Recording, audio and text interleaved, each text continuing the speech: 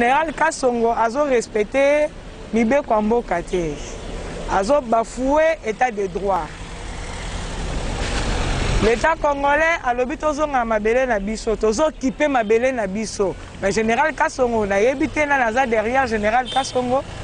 Aye quand sa Général Kasongo la terrain, bazo benga na biso, bazo sala ba désordre, ba kitisi bataillon on dirait Koulou neza ne sikawana, on dirait guerre neza ne sikawana. Ça y est comme le rôle à Est, mais ça c'est bêta na capitale à Kinshasa, ba autorité boza wapi. Chef de l'État, Général Kasongo bafoué état de droit. Commune ya Kasavubu. Tozali wana na ba contrat na biso depuis 94. Administration de Pesibiso, la même administration jusqu'au jour d'aujourd'hui. Anila ba contrat na biso te. Mais ba superposition ezali likolo ya ba contrat na biso. Donc bato oyo bazali ko soutenir bato oyo baza na droit te. Bazali kaka bo bazali nzinga ya mokonzi ya mboka. Lelo naza na bino pona ko expliquer bino lelo nazo mituna nazo kamwa. Na sayo site oya sayo ba anciens occupants ba perdra ba parents ba perdra ba bungisi bato belé pona place wana. Mais lelo ba problème ezo te. Oyo azali auteur, moteur, promoteur ya nyonso un sujet libanais. Libanais oyo babenganaka na mboka oyo oyo akendaka Monsieur Gassan. Oyo lobaka aza capable ya kosomba boulevard pe kosomba na ba autorité na biso. Ndeko na ye atikala awa. Makambo nazoloba lelo so botuni luzolo bambi ya koyebisa bino ngo luzolo bambi nda benganaka ye na mboka oyo pona langage wana. Likambo ya dossier oyo ya site ya sayo ex-cimetière ya Kasavubu kaka ndenge bambutu oyo ebandaki kozala awa. Na yango boye bape bokanga ke mokolo ya lundi 8 mars 2021 nde ezalaki mobange na audience oyo esalemaki na tribunal de grande instance ya Kinshasa Gombe. Otomonaki pe parti ya libanais oyo bozali komona Monsieur Hassan Mourad oyo ase surnommé bongo chef coutumier ya ville ya Kinshasa kokamwa po abandaka na zandu kaka ndenge bozali komona lokola akokaki na grand marché te yango alingi aya lisusu komeka na site ya sayo ex cimetière ya Kasavubu. Audience bandaka te bandi ba avocat na ye ba défendre ye kasi lokola batu misusu oyo baza inclus na kati ya dossier yango bayaki te na yango ba avocat ya ba chef coutumier ba kolo site nde ba renvoyer audience oyo le 22 mars 2021 pour mutu nyonso azala wana pour que tribunal et tranché ndenge elongo bani boyokela ngai eloko oyo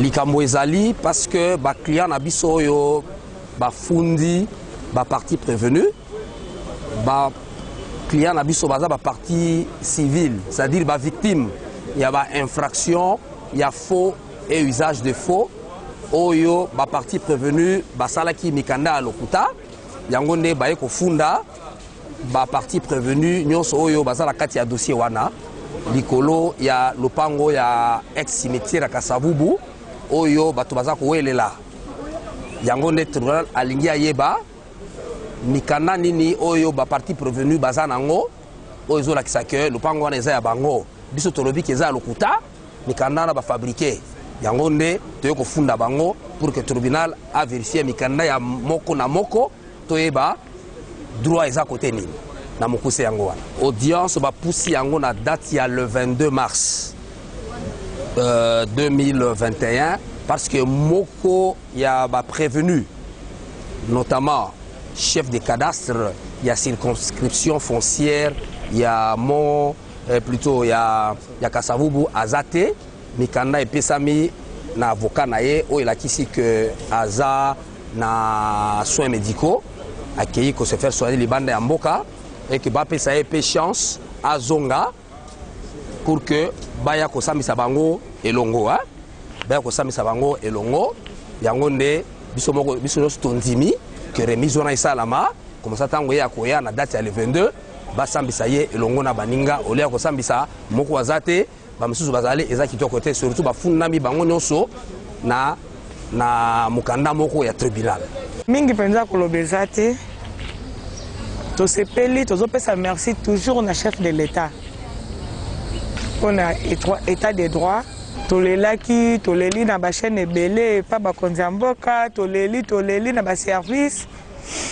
pour na problème na biso etali lotissement sayo site sayo o batekaki epa ba mindele justice azolandela makambo nango dossier là pendante la justice audience ezalaki lelo mais M. Hassan a renvoyé audience dans 2 semaines. Et puis justice merci pour déjà ma camonia sur basi on a maboko na bango. Mais ya mingi tozo la général Kasongo. Général Kasongo azo respecté mibe kwa mboka te. Azo bafoué état de droit. L'État congolais a lobi tozonga mabele na biso, tozo kipe mabele na biso. Mais général Kasongo na yebité na naza derrière général Kasongo.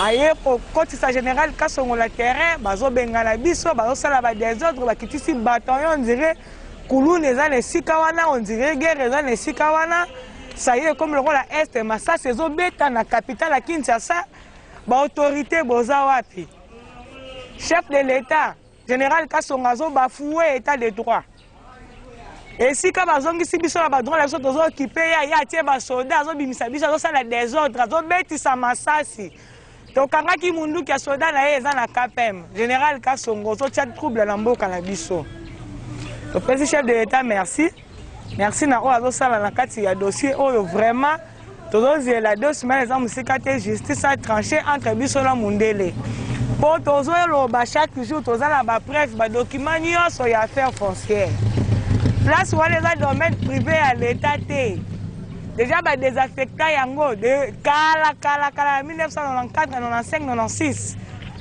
eza susu ya l'État congolais te eza ya ba privé tosenga vraiment dossier obolanda ngo pena na ndenge moko ya bokebi penza tozozela justice a tranché entre biso na mundele na ba faux document ya zanango immeuble na ba dépendance nango na terrain wana batonga na no immeuble te mais biso tozo tenir toujours na rapport ya affaire foncière tozo na rapport ya affaire foncière a ezo laksa ke mabele eza ya biso ba contrat la biso ezo déméré parce que tozo non reconduction de bail te tozo mise en valeur non reconduction de bail te tozo mise en demeure te toza toujours ba propriétaire rapport eza yango document moko te eza ni les eaux demeurent toujours général Kasongo mutana na sima na yo mikanda na ezaki déjà annulé mikanda na basali yango na arrêté wana eza sans motivation arrêté liboso ba annulé ba tenir compte ya ba tenir ba annulé arrêté liboso ba annulé ya mibale donc basali yango ba tenir compte ya arrêté première arrêté te tozosenga bofongola miso totala motivation oyo ministre azwaki mpona kosigner première arrêté ndenge ministre annulé arrêté toyeba motivation na ezalaki nini pourquoi annulaki arrêté wana alasali deuxième arrêté ministre toujours ntango ozozoba engagement il faut se référer na administration na yo en tout cas tosengi merci na chef de l'État pour na état de droit justice en mboka sa musana nango général Kasongo otia maboko adotia rébellion na mboka Congo na ville ya Kinshasa botinde na est. En tout cas merci beaucoup omone bino bapanzi sango ozali wana pona kotalisa batu vérité oyo ezali na kati ya bisika oyo désordre ezolinga kosalema ngai naza ressortissant ya ville ya province ya Kinshasa biso tozali na kati ya mabele ya sayo naza prince naza troisième personnalité pasi na biso eza nini pasi na biso tomoni monsieur Assam aye na ba policier oyo général Kasongo apesi ye po ayako ko sala biso désordre ko boto la biso babiloko ko bimisa biso na bakati ya bandako kosala biso babiloko esengeli te nazo sepela mingi na président Fachi na eloko oyo azosala alobi état de droit tango président Fachi alobi état de droit alobi te que non loko oza fort soko oza na raison te bakopesa yo raison lokolo oza faible soko oza na raison te bakopesa yo raison. Mais biso toza ba ressortissant ya ville ya province ya Kinshasa tozali na mabele asayo. Sinon hydro ayaki asali na biso convention tondimi topesa ye eloko oyo esengeli mais azuite. So praita ye alobi asa na biso convention a libéré biso ba droit continuer azuite. Toye komona ba occupant ba siège occupant malamu to traiter na bana mboka biso toko traiter na sani ata mukolo moko te. Mabele oyo eza ya bakoko na biso po ekotikala bakoko na biso. Nzambe oyo asali ko na se asali mutu na village natal na ye. Asali nga na village natal na nga, asali Asani na village natal na ye. Asali Général Kasongo pe na village natal na ye. Wana eza village natal na biso. Tango nazoloba boye, nazo telema na bisika oyo Nzambe atiaki biso. Asam aye kotia biso désordre a délégué Général Kasongo. Général Kasongo asali document atini ba soda na kati ya terrain pour ba sécuriser. Mais entre-temps ba soda wana bazo botola biloko ya batu. Bazo beta batu, bazo bimisa batu na bandaku, bazo beta tina masasi. Soki na kosi na kolingande bino ba panzi sango, bokita na ba kamera wana bozwa ba image ya ba désordre oyo asa mazo sala oyo ba konzi na biso ya mboka baza derrière ye. Bazo appuyer ye. Est-ce que ngai congolais mukoloni na koke na Liban na yebisa ba libanais que non esika o babande ko kunda ba ancêtre na biso que non place yo ekomi ya biso mukolonini mais ye libanais aye akomi chef coutumier ake na zandu asali désordre na zandu aye sou biso awa na esika o ezali mabele ya bakoko na biso. Mais toujours comprendre te mais nazo sepela mingi na président Fachi alobi état de droit alobi eza pona ba faible te eza pona ba fort te eza soki pona ba nani te eza mutu oyo aza na raison na ye nde wana nde ye aza sima na ye.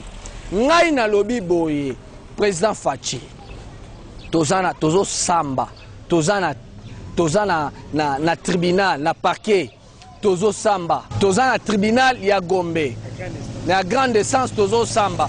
Mais ndenge nini ye monsieur Assam azo continuer ko sala azo continuer ko poser ba acte na esika oyo ezali oyo ye akoki ko sala ba acte te. Bon nakokamwa po nakondima te po nga naza kaka derrière maloba ya chef de l'État. Parce que chef de l'État alobi boye état de droit alobi te que non lokola Assam azana ba mbongo azana ba million nde état de droit ezana poche ya monsieur Assam te.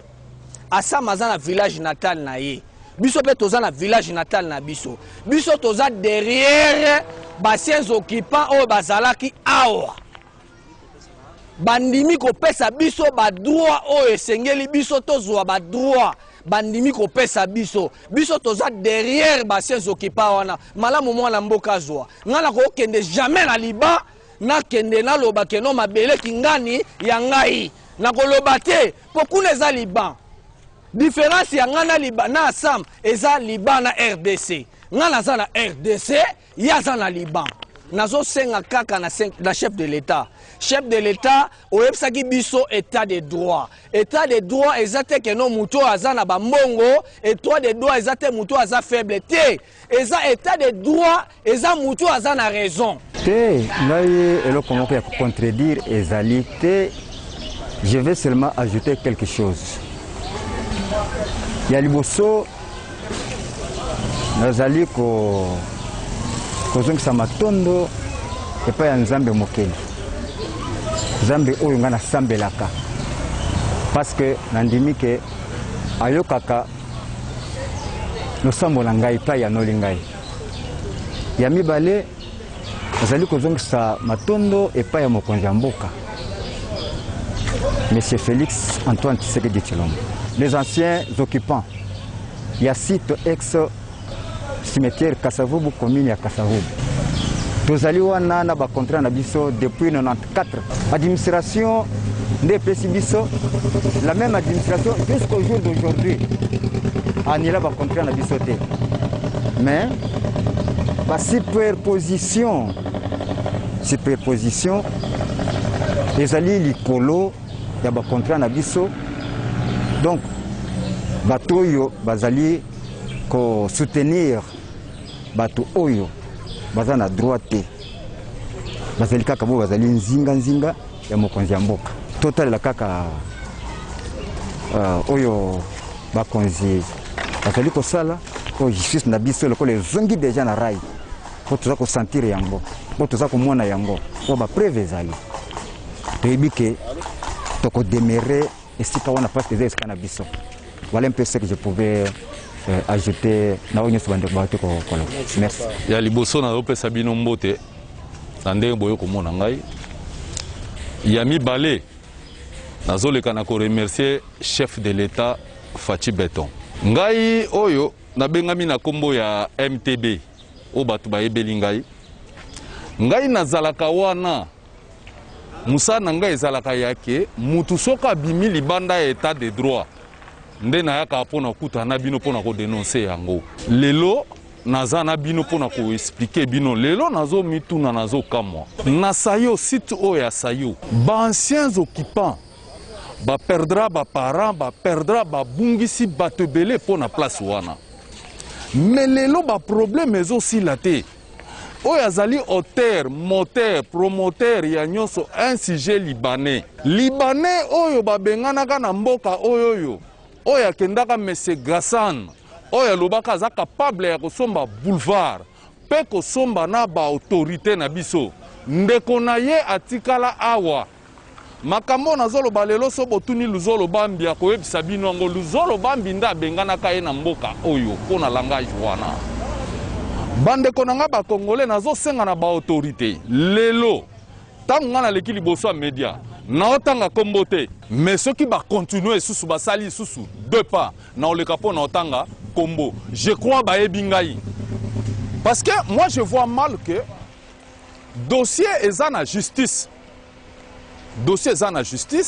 Nan dossier silité na kata na justice, mais à plus de 200 militaires, plus de 200 policiers na site ya sayo, baké salanini. Pe manduki betami, ba yibi ba pillé. Il faut que luka koyeba ke oya tindaki ba policier wana na site ya sayo nani. Nde otozo luka toyeba. Nazo senga na chef de l'État. Président ezana batu oyo ba autorité. O baza na kati ya ko piétiner état de droit. Timo ya lelo balembite baza wana. Parce que monsieur Hassan a lobby bien na mboko yo ba autorité nyonso, ba autorité civile ba na poche na ye. Ba généraux baza na poche na ye. Mutu akosa elika na kati ya RDC azati. Hassan aye na mboka oyo main vide, même pas un franc. Hassan a bandi ba via escroquerie, pe escroquerie nezaka ya mabele. Escroquerie ya Hassan eza ya mabele, azo travailler na ba conservateur, azo travailler na batu ebele na mboko na tangi kombote.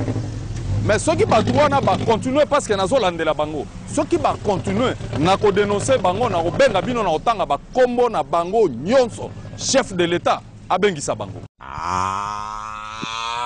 Toza ko talela, toza ko jimele, dossier oyo à suivre. Eyokani.